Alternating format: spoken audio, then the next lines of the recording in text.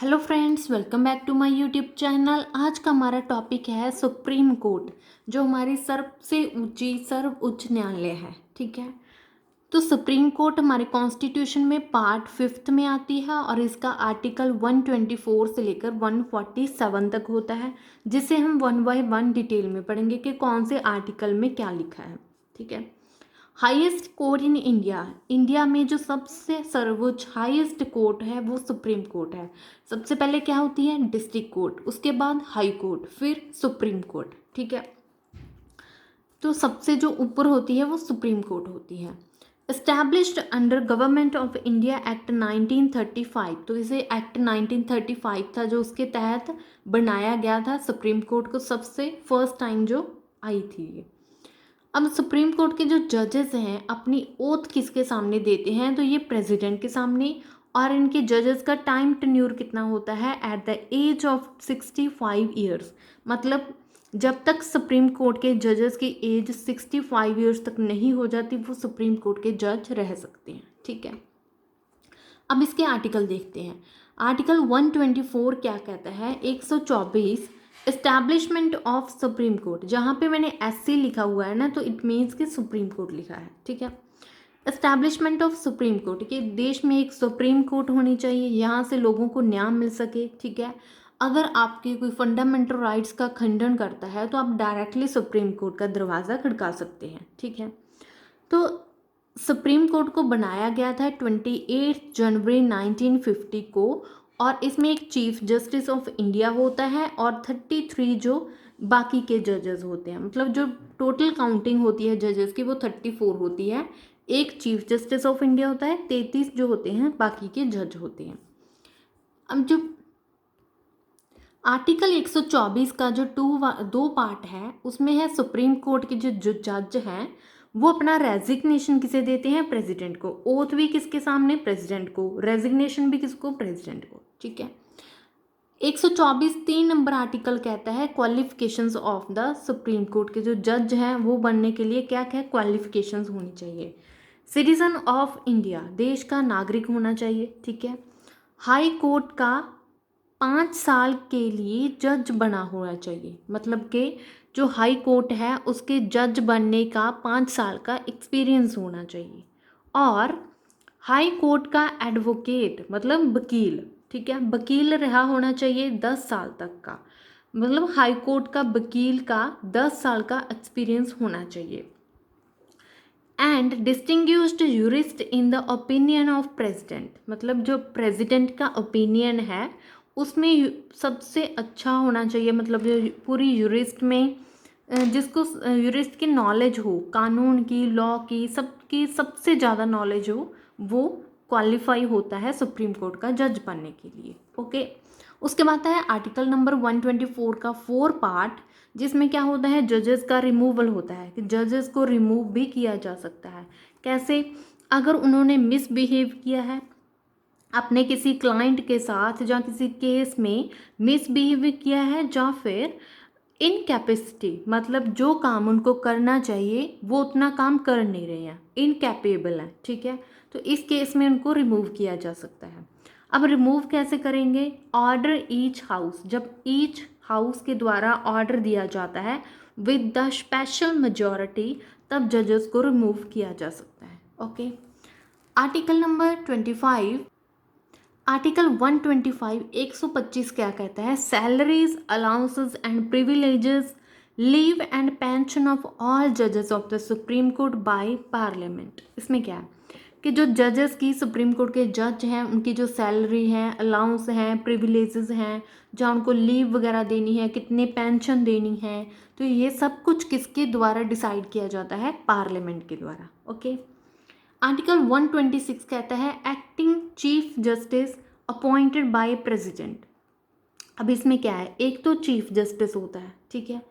अब जब chief justice नहीं है, जब कई बार विदेश गया हुआ, किसी काम से बाहर गया हुआ, मतलब एज अ काम नहीं कर रहा है चीफ जस्टिस, ठीक है, तो उस टाइम पे एक्टिंग चीफ जस्टिस बनाया जाएगा। किसके द्वारा अपॉइंट किया जाएगा? प्रेसिडेंट के द्वारा। ये आपने याद रखना है। ओथ किसको दी जाती है? प्रेसिडेंट को सामने। रेजिग्नेशन प्रेसिडेंट को। अगर एक्टिंग चीफ जस्टिस को अपॉइंट करना है कौन करेगा? प्रेसिडेंट करेगा। ओके, अब एक्टिंग चीफ जस्टिस कब अपॉइंट किया जाएगा? जब ये वाली कंडीशंस होगी, जब तो चीफ जस्टिस की जो सीट है वो वेकेंट है, खाली है, मतलब चीफ जस्टिस नहीं है अब अपॉइंटेड, ठीक है, या फिर टेम्परेरली एब्सेंट है, मतलब कहीं फॉरेन कंट्रीज़ में गया हुआ है जहाँ, ठीक है, टेम्परेरली एब्सेंट है। Unable to perform his duties, मतलब जहाँ फिर अपने काम करने में, मतलब जितने काम उसने करने हैं, जितनी कैपेबिलिटी होनी चाहिए उतने वो परफॉर्म नहीं कर रहा है, तो उस केस में भी एक्टिंग चीफ जस्टिस को अपॉइंट किया जाता है, ठीक है। जब तो सीट खाली है, जब टेम्परेरली एब्सेंट है, कहीं बाहर गया है, जहाँ फिर अपने काम अच्छे तरीके से नहीं कर रहा है, तो उस टाइम पे एक्टिंग चीफ जस्टिस को बनाया जाएगा by the president. Okay, article 127 127 क्या कहता है? एडहॉक जजेस, ठीक है। इसमें क्या है?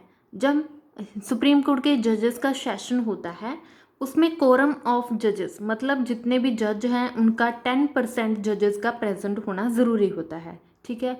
उस सेशन में जजेस को प्रेसिडाइज करने के लिए एक एडहॉक जज होता है, ठीक है।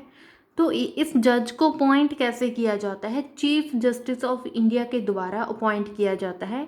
जो भी हाई कोर्ट के जजेस हैं, ठीक है, एनी हाई कोर्ट जजेस एज एडहॉक जज, मतलब हाई कोर्ट के जो जज हैं उनमें से किसी एक जज को चीफ जस्टिस ऑफ इंडिया के द्वारा अपॉइंट किया जाता है एडहॉक जज, मतलब जो टेम्परेरी टाइम पीरियड के लिए होता है। ओके, आर्टिकल 128 क्या कहता है? रिटायर्ड जजेस। अब इसमें क्या है? जजेस की रिटायरमेंट नहीं है। ओके, रिटायर्ड जजेस को काम करने के लिए दोबारा से बुलाया जाता है, ठीक है।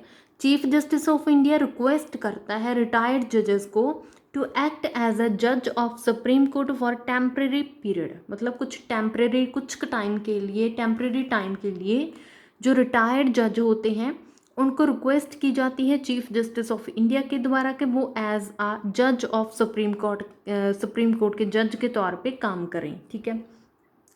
अब उनको रिक्वेस्ट क्यों किए थे? क्योंकि उन्होंने पहले काम किया है, एक्सपीरियंसड है, उनको सब कुछ पता है कि क्या कैसे करना है, ठीक है।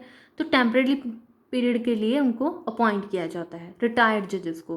क्यों किया जाता है? क्योंकि जब काम ज़्यादा हो जाता है, केसेस ज़्यादा हो जाते हैं, ठीक है, तो उनको हैंडल करने के लिए बुला सकते हैं। आर्टिकल नंबर 128 के अंडर आर्टिकल 129 क्या कहता है? Court of record. इसमें क्या है? कोर्ट में जितने भी यूरिसडिक्शंस हैं, मतलब जो भी केसेस हैं, अभी तक जो केसेस आपने कंप्लीट कर लिए, ठीक है, जिनके डिसीजंस ले लिए, ਜਾਂ जितने पेंडिंग है, सबका A to Z जितने भी केस हैं उनका रिकॉर्ड रखा जाएगा, ठीक है, मतलब सुप्रीम कोर्ट का रिकॉर्ड रखा जाएगा आर्टिकल 129 के अंडर, क्योंकि किसी भी केस के जो रिकॉर्ड का कभी भी ज़रूरत पड़ सकती है। आगे है आर्टिकल नंबर 130 क्या कहता है? Seat of supreme court. Constitution में कहा गया है कि सुप्रीम कोर्ट की सीट होनी चाहिए, मतलब उनकी जगह होनी चाहिए कि सुप्रीम कोर्ट कहाँ पे बैठ सकती है प्रॉपर एक। ओके, जैसे हमारे कॉन्स्टिट्यूशन में दिल्ली बनाया गया है कि दिल्ली में क्या है? सीट ऑफ सुप्रीम कोर्ट, जो सुप्रीम कोर्ट की सीट है वो कहाँ पे? दिल्ली में है। Chief justice of India power any other place only with the approval of president. इसमें क्या है? सिर्फ चीफ जस्टिस ऑफ इंडिया के पास ही ये पावर होती है कि वो अपनी जो सुप्रीम कोर्ट की सीट है उसे किसी और प्लेस के और जगह पे भी रख सकता है, ठीक है, with the approval of president. अकेला ये काम नहीं कर सकता, प्रेसिडेंट का अप्रूवल होना चाहिए, ठीक है। तो सीट चेंज कर सकता है, किसी और जगह पे सुप्रीम कोर्ट को ले जाया जा सकता है। तो ये भी कहा है कॉन्स्टिट्यूशन में 130 आर्टिकल में कि सुप्रीम कोर्ट की सीट होनी चाहिए, किसी एक जगह पे सुप्रीम कोर्ट होनी चाहिए। तो हमारे कहाँ पे है? दिल्ली में है, ठीक है। तो ये 130 नंबर तक के आर्टिकल्स थे, अदरवाइज़ वीडियो बहुत ज़्यादा लंबी हो जाती। तो अभी सुप्रीम कोर्ट का टॉपिक ख़त्म नहीं हुआ है, कुछ पार्ट मैंने करवा दिया है, बाकी के पार्ट आगे वाली वीडियो में आएंगे। अगर आपको मेरी वीडियो कंटेंट अच्छा लगा तो please like, share and subscribe my YouTube channel, और मेरे साथ साथ आप भी अपनी नोट मेकिंग स्टार्ट कीजिए। Okay, thank you.